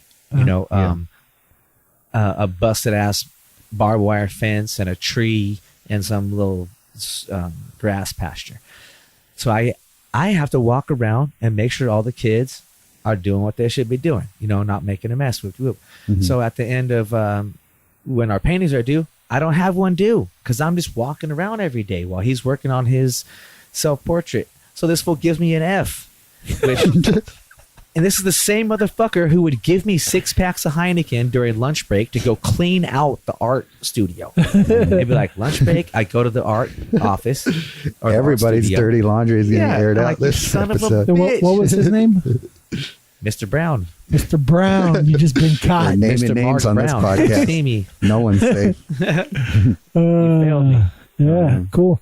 There's still a lot left to this story. I did fail plenty of all of my art classes. I failed all my art classes. Like I kicked out of art school, and I'm still being an artist. Kids. Wait, what? Yeah, look at it. I'm saying to the kids. Oh. All the fucking kids that listen to your podcast. All the fucking 12-year-old aspiring kids. Hey, they can't hold you down. Yeah. All these Mr. Browns can't hold you down. Spread your wings and fly. Mr. Brown is a clown who rides through town. No, but to be honest, I could draw from the fucking moment I could even walk. And that's why I got pushed so hard, is because my family was astonished. They would be like, damn, homie. Like, they really loved it. Look, I used to draw on the walls. I get an ass whipping. And then quickly it turned from being a kid, getting a whooping, to being like, just draw more. Just keep drawing, keep drawing, keep drawing. My dad, in the morning, he'd wake up, go to work. My mom would go get me a case of spray paint and say, spray paint the street to look like a river with fish swimming in it and whatnot. My mom would drive me down to the train yard to spray paint trains. That's illegal. Whatever, fool. I'm not Ricoing my mom. Get around some Rico shit. She gave me graffiti material back when I was a child. But graffiti's illegal, kids. Don't do it. But that's real. And my dad, he's a super supporter too. But right away, but right away, my mom was supportive. She said, paint my house, paint the garage door, paint whatever you wanted to paint. I was given no restrictions. That's awesome. So I'll just wrap up the story quick as I can. So the judge, that same judge I was telling us about how he does how he had to judge it that janky way. He goes, I was surprised to learn that the artist who submitted this piece was also the same person who administered this judging process. Beginning with the technical difficulty I had judging the event and the result, I'm not pleased. CPAP is working to resolve this issue, and I'll be happy to move on. I have stuff to paint. Wait, so the person who did that boat drawing, was it the judge? He was the guy who gave the organization like I guess the software or whatever that they use to judge. Did he also give him the $150? Yeah, no kidding. He's like making a competition and then winning it, and he's. Is this motherfucker local? Because I'm finna go knock this fool around. He's actually not too far away. Do you want to drive up to Mendocino? Find him? I got that Mini Cooper. Yeah, exactly. You've been peeling out 100 miles an hour. That will only take you an hour or two. I mean, it is what it is. It was what, $150? Yeah. So Tanya, the CPAP owner, said, we've revised the results. Jurors should not be blamed. Their ability to see and judge the paintings was limited due to poor online service that was used to see the submitted images. Also, the parameters under which the jurors had to judge the event weren't very clear. So she basically said that she took the title away from the guy and he gave was it to you. Disqualified from doing the show again. I guess the only question I have is, how long have you been a snitch, Sergio? Whatever. That don't matter. But I'm just kidding. A couple more things about this guy. That was not a good judgment. Yeah. Couple more things about this guy. So somebody who was also following the Facebook thread did her own sleuthing and found his website, this thing called Masters of Plein Air, where he runs a school with a couple of other painters. Oh, no. And so I looked at some of the paintings that he had on there, and one of the paintings that he was using as a demo. Yeah, like as an example of his work. I did this is some real snitch shit. I did some Google reverse image search. Anybody got a problem with you? I'll slap that motherfucker silly. So I looked it up, and he basically took an old master painting from like 100 years ago and slapped his signature on it. Sweet. And so that's a good move. Yeah. And I do that all the time. So you kidding me? I also found examples of his actual paintings. If you want to scroll through and look at those give me here. that shit. There's exhibit A of one of his. Let me see. Garbage. Wait, how do I scroll? Scroll right, like just swipe right. That's digital too. Yeah, exactly. And that was on the homepage of his website. That's not even digital art. That's a motherfucking Photoshop filter. Exactly. That's an Instagram filter. Under adjustments. That's brutal. It's under adjustments, filters, cutout. Yeah. That's what that shit's called. Yeah. That's a no, fuck that phone. Get that shit out of my face. I'll break that fucking iPad. I'm not even trying to see that, Sergio. And anybody trying to flex on you like that? Are you kidding me? Yeah. Sergio. What up? Why are you even wasting your time with those motherfuckers? That fool did a stupid ass little painting. Look at your paintings. Look at your paintings. Who else was going to call him out, though? You're battling with mice, fool. Lions don't give a shit about mice. The fuck are you worried about? Except for the cowardly lion. All I did was put it out in the open. I mean, you got to mention him because he's lying. No, he was false. You got cowardly lion. You was pussy dressed up. Hey. So but I can say bad words. This is not no. We'll censor it. It's cool. Whatever. FCC can suck a dick. Justice was served. FCC, we apologize. FCC can suck a FCC, we truly apologize. We did not mean anything he said. Just kidding. All right, man. So fuck about Penny. So do you want to talk about Chuck Close at all? We're at an hour and a half. Do we got time? Yeah, let's keep going. We'll go a little longer. All right. So we got to edit some of this out anyways because we had pee breaks and stuff. That's true. So this came across my Facebook yesterday, actually. So the National Gallery, I believe in Washington, D.C., they canceled a Chuck Close show because apparently he's now part of the Me Too movement because he got allegations of sexual misconduct. So what happened? From who? Does it have the other? It talks a little bit more in the other article. There's 2 articles. Yeah, This is so disheartening. go back to show It's not topics. disheartening because of Is it this one? the No, allegations. the show topics in the Google. It's disheartening that there's just that so one many underneath it. motherfuckers out No, here doing this. the one now. underneath. No, the one that doesn't have a link. I Yeah, see. you just gotta They copy just trying paste to it. throw everybody under the bus, and I'm not down for it. Hell no. Okay. You're not gonna throw Chuck Close under the bus. So So is it legitimate? I mean, because he's like It says several women complained he's got like Well, no up that like the celebrated artist, known for his outsized portraits, asked them to pose naked and made inappropriate sexual oh comments. my god. all right. My response off the cuff to those models would be, you should be so fucking lucky to be in Chuck Close's presence, and if he commented on your naked beauty, you should take it as a complete compliment. And if you were not cool with that, and you should exit the room immediately and get your punk ass a million miles away But from Mr. also- Chuck Close, the crown wearing motherfucker who could do whatever he fucking wants in my eyes. This boss ass bitch. You Well, kidding me? I don't agree with that, but Whatever. I'm not the most PC motherfucker there is. No, and it's I not don't know what PC. the story entails, but Jesus Christ, if Chuck Close sexually harassed me, that would go on my headstone. yeah, You know? yeah. Get I mean, the fuck Well, out of here. So 2 women recently told the New York Times that Mr. Close had asked them to model naked for him, requests that made them feel exploited and uncomfortable. I don't know about that. And on Tuesday, HuffPost published similar accounts from women, including one who described stripping in front of Mr. Close.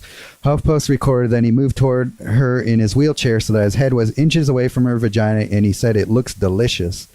There's a couple more stories if you scroll down. But he basically said, that's what he said in He's in a response to it. fucking wheelchair, dude. If you feel sexually inappropriated, you could leave the room. You know what I'm saying? What the fuck? Well, this is what he said back ass to him. bitches. I'm He not said- down for it. He said, "I'm inviting them to my studio to audition. I don't have a camera there, so I have to see their bodies. It's a very expensive process. I've never had a complaint in 50 years, not one. Last time I looked, discomfort was not a major offense. I never reduced anyone to tears. No one ever ran out of the place. If I embarrassed anyone or made them feel uncomfortable, I'm truly sorry. I didn't mean to. I acknowledge having a dirty mouth, but we're all adults." Here's the deal. If you're getting sexually harassed by someone in a wheelchair, walk away. right. Not only He that, says but a little bit more. I don't know. I mean, I don't even know if that's sexual harassment, but Whatever, dude. I get sexually harassed all the fucking time. I would have to think about it. I don't know. It's But it's coming from a person who holds Chuck Close. There's 3 gods I got. Jesus. Wayne. Oh, whoa. Chuck Close and Jesus Christ, obviously our Lord and Savior. Obviously, I mean, There's 3 gods. So Chuck Close is one of your number one. And Dude. to be I mean, honest, he's an amazing he holds artist, for sure. 75%. The other 2 split, the remaining. All right, 25. fair enough. So Yeah, the that's remaining like 25. 13.3 or 12.3. Wait, 12.5. Yeah, so- Lil Wayne's got 13. Yeah. Jesus Christ got 0.5. I feel like Jesus should have less. Chuck Close is the motherfucking man. You know what? But they also Well- Stan Lee's right here too. Stan Lee? Stan Lee, Oh, 93. That's He's getting true. called out by his 2 live-in nurses, saying he's constantly hauled out from his room to give him blowjobs. But you know what? There's a lot of lying ass bitches out there. Yeah, I mean, I'm not on anyone's side on this, really. I have no idea what went down, right. but I am obligated to think that they have to prove what they're saying. I don't just take anyone's word, so, and, it's kind of complicated when it comes to this stuff, but for the most part, this doesn't seem like anything substantial at all. It sounds like potentially it's one phrase or there's 2 people, so maybe 2 phrases he's said. I have no idea, but and somehow this affects him in some great way. I think it's just people are super overcorrecting right now. You're people, looking at a really guy is. who has been doing nude live modeling drawings since the 60s. and if Before that. Picasso and And- Dali were alive today, I feel like there's a ton of stories on them that seem for way sure, more yeah. shittier my, than my this. point being is, you know, maybe he did say some shit that was like, oh, you know, whatever he may have said. But Yeah. the problem is if, at least in my mind, the spectrum has been too broad. You know, the spectrum is just too broad. Yeah. You can't just say to someone something that is offensive to them verbally and then have them stretch that into being like, this is sexual misconduct. That's verbal. Whatever the fuck. Yeah. Like, Yeah. There's definitely Words. Remember that old phrase, sticks and stones? Like, you leave the room. It's just words. You know Yeah. how much stupid people say shit to me constantly when I'm walking around downtown San Francisco, how much shit I just have to let go off, water on a duck's back. You know? you're a human. You got to do that. Yeah. Yeah, that's true. I mean, in some ways words are powerful, in others you know, you just got to deal with whatever. I mean, at the end of the day, I'm sure these girls are perfectly fine. You know, I don't think anything negative was an outcome of their experience with Chuck Close.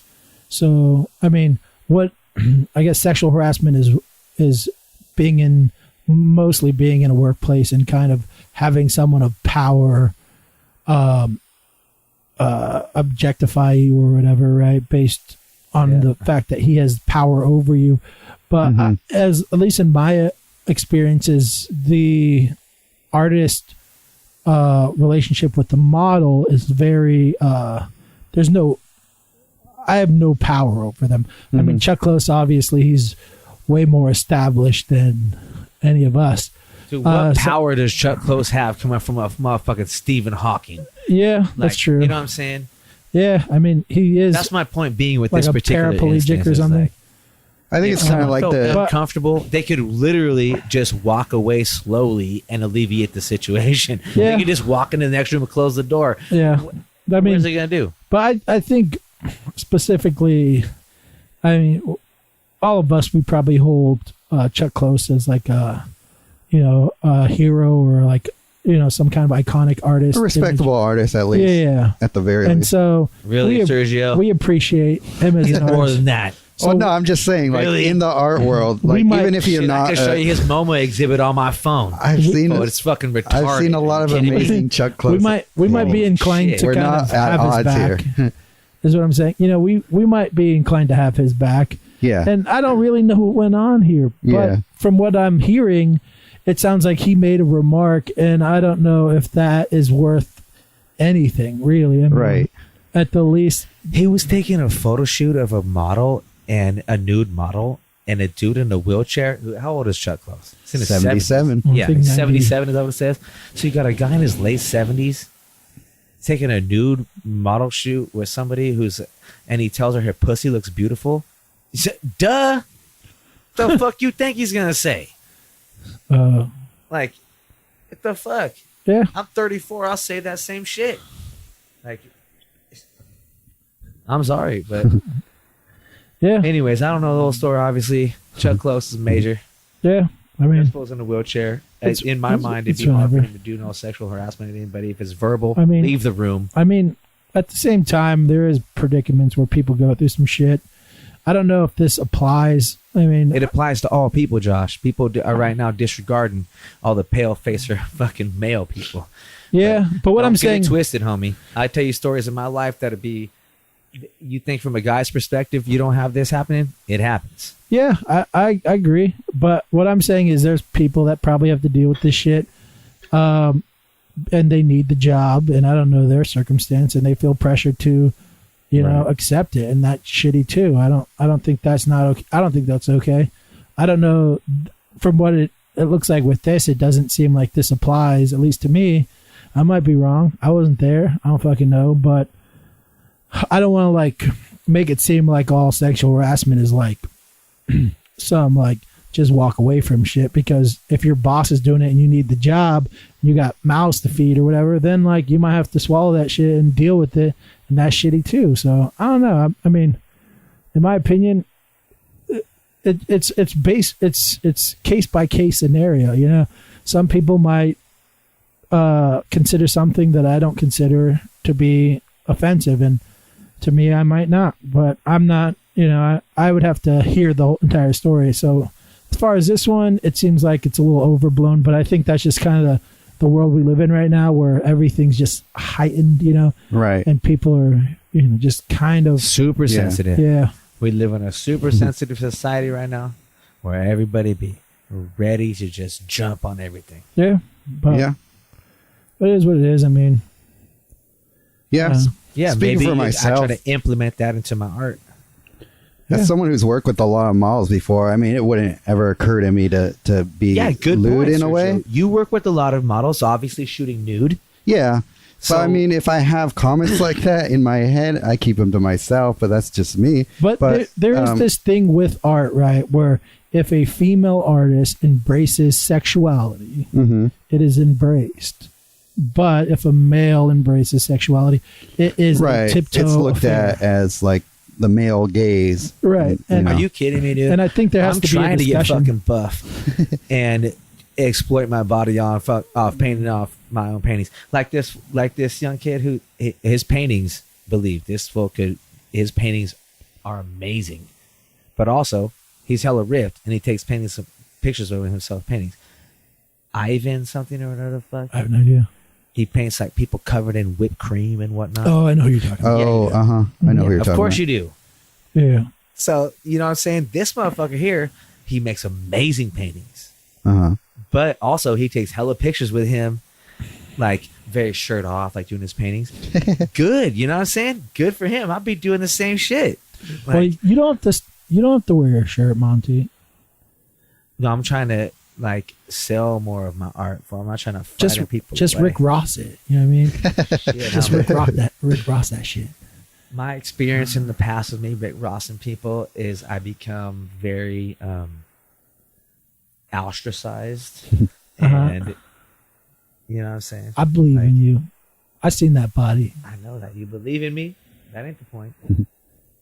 That ain't the point at all. Well, for me, the scary part is that I do my best not to make anybody feel uncomfortable in situations like that. For sure. But like for Chuck Close, I'm sure he thought he was doing everything just fine. Like he said he had never gotten a complaint. Right. So for somebody to come out after the fact, After 50 years, take that into consideration as well. He's never had a complaint in 50 years, so you got to consider when he first started shooting photos for people. well, it's more like the consequence of something that you didn't even know you did. They could like take a museum show away from you. That's the scary part to me. Like it's something that you don't even know what you're doing. Thank goodness Chuck Close don't give two shits if anybody takes anything from him at this point. Well, maybe, but still, I'm sure he wasn't happy about it. Well, no, you're never happy about anybody slandering your name. Right. But it's like, I don't know. Look here's this dude. He's been doing shit this way since whenever. What is this? What they say? 50 years ago or some shit. He said to have had a complaint in 50 years. Was that what he said? Yeah. Yeah. Are you kidding me? I mean, 50 years ago, people were fucking mining for gold. Yeah. I think it's just like it's a different culture now. Yeah. Like things have just switched Totally so quickly. different culture. but I don't necessarily think Chuck Close did anything bad. I don't think so And from either. what I've seen, I mean, maybe some other shit will come out. I'm like, oh well, Yeah. fuck, yeah. Yeah. Maybe. It's like at sometimes, I mean, that's like one thing with like your heroes are all flawed. It's the whole thing of like never meet your heroes, because at the end of the day, everyone's a fucking human being and everyone's got some shit on them, you know? Yeah. So This thing kind of reminded me of the Aziz thing, where the girl kind of met this met Aziz thinking that he was going to be her hero. Right. She made up the story in her head that they were probably going to date and, you know, be an item. And the way it worked out, she ended up being uncomfortable and decided to basically, I don't know if you call it slander him, but it gave it. There were a lot of consequences that came from it. I don't know if he lost any of his shows or anything, but people, like, he was getting an award for something at an award show and people were like booing him. It's like, it's weird. I mean, it's like off of hearsay, basically. There's some definitely some good that's coming out of it and some bad. Yeah. And that shit don't matter, dude. But People I think boo you one day, they celebrate you the next. Yeah, I think the conversation is good. You know, I think there's got to be some pushback on some of it, but I think for the most part, like, it's good that some shit is coming out into the light. You know, like shit that's real bad, like the Weinstein thing. Definitely is like some predators actually out there. awful. Weinstein, fucking Cosby. Yeah. You know, all those guys Kevin Spacey. are like. Kevin Spacey. There's all this shit that's really dark that needs to get pulled out into the light, and there is some consequences that of other people that I think are way overboard. And I think there's going to be some self-correcting and some conversations. And I actually think that when the Aziz thing came out, a lot of people are like, "Hold on, I don't know about this. I don't know nothing. Yeah, you know Aziz Ansari, the comedian. Of course, I know who he is. I don't know anything. What some happened girl was like they hooked up, but.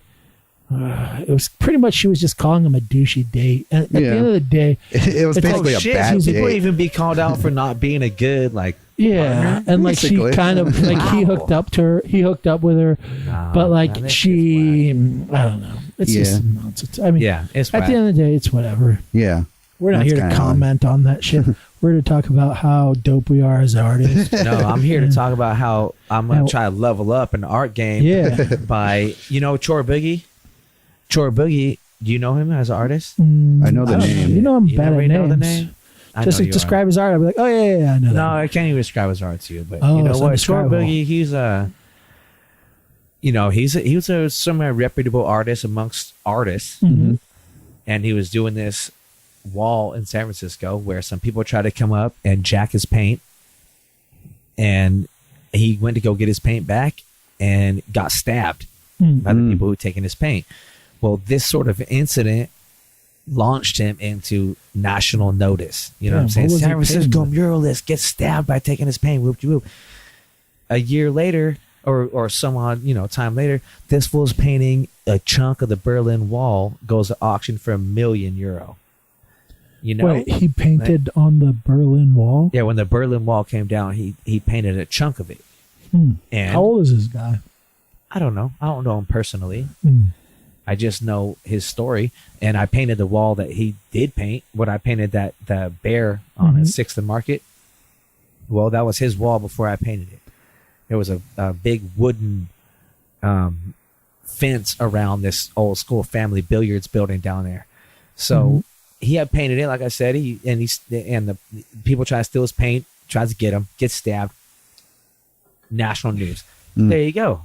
Homie next is doing $1 million painting. He's getting put off at auction. And he didn't get. I don't think he got any of that money. I think most of it went to like donations and whatnot because of the Berlin Wall being taken down. I think that it was like they had some people do paintings. So what you're trying to say is, kids, if you're trying to do art, get stabbed. Yeah, get some controversy.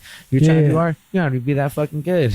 You're gonna take one thing away from this podcast. That's it. Yeah, that's the one thing you take away from that podcast. Don't waste your time. Is take a Facebook gig and take the commission in stock. Yeah, David Cho. David Cho. Yeah, get $250 million off half of that shit. Stop doing art. Get fat.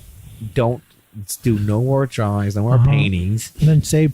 Some girls with vagina looks delicious. And then maybe Chuck Close. Maybe Chuck Close will his paintings will become even more expensive because of this. Dude, maybe that's his stabbing. He's ready to go out on a limb here, but I'm gonna say probably the models that Chuck Close shoots, their vaginas probably look delicious. Like I'm not gonna beat around the bush. I don't know. I've seen some of his paintings of male models, and I'd like to say that their penises look just as delicious. Equal rights of guys. Chuck Close models. I don't know. I'm just bullshitting. Oh, you want to even out the Yeah, gender profile, whatever. Yeah. Word. I feel you. Yep. The dicks look just as delicious, and all those non-binary I people. am hetero as fuck. What can I say? Yeah. But I don't know. I don't know, man. It's a difficult world. It's a difficult situation that we're in right now. Yeah. You know, we are in a touchy ass situation. I think we're pretty much good. I didn't sign up for this. It shit seems for like real. this, like I was raised celebrities. off Cowboys. It seems like celebrities are kind of the ones that are tiptoeing. I think most people in the real world are kind of just living their life, doing what the fuck they do. I don't know, homie. That ain't I'm that married. true. I live in San Francisco. I'm married, so I don't have to worry about that This really is anymore. The eye of the storm. Yeah, that's You true. know what I mean? That's true. Yeah. So I feel like we should need to find a lighthearted topic to end this thing on. So, I mean, All right, we'll do you leave got? it out a lighthearted story. yeah, let's hear it. I'll give a story about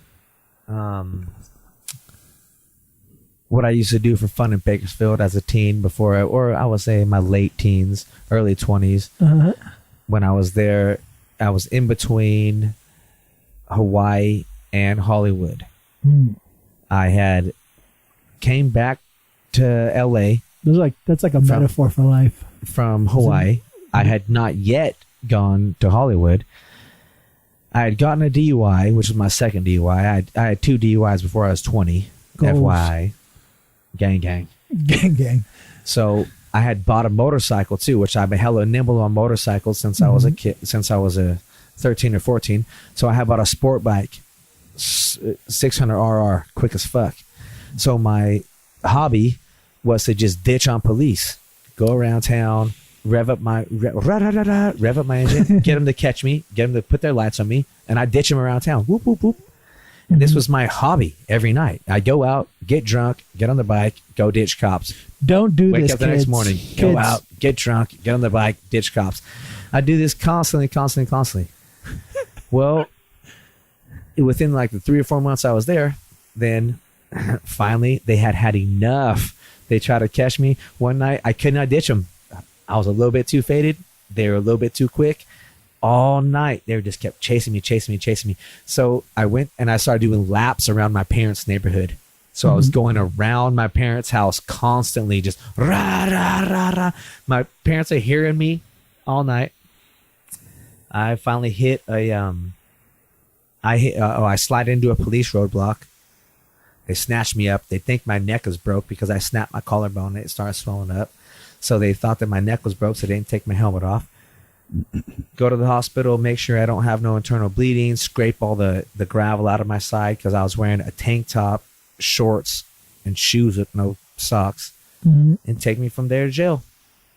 Go from jail, stay in jail for, long enough to learn my lesson. And get back out, move to Hollywood. So nice, lighthearted, high-speed chase story. Yeah. For all you kids out story there. involving jail. Also, I'd like to Follow say, your dreams. don't do that, kids.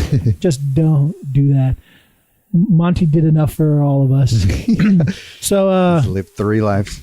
yeah, so I think this is coming to an end, but I'd like to. Do you want to promote your Instagram or anything like that, Monty?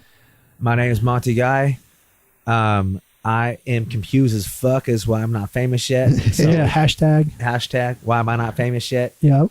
Love it. And You'll find then, yeah, you'll find them. You'll find me. If you haven't found me yet, you'll find me. Yeah, My paintings are flawless. flawless. They couldn't get any better. Go even look if at them. You tried. But yeah, so thank you for joining us. This has been Waiting to Dry. Yeah.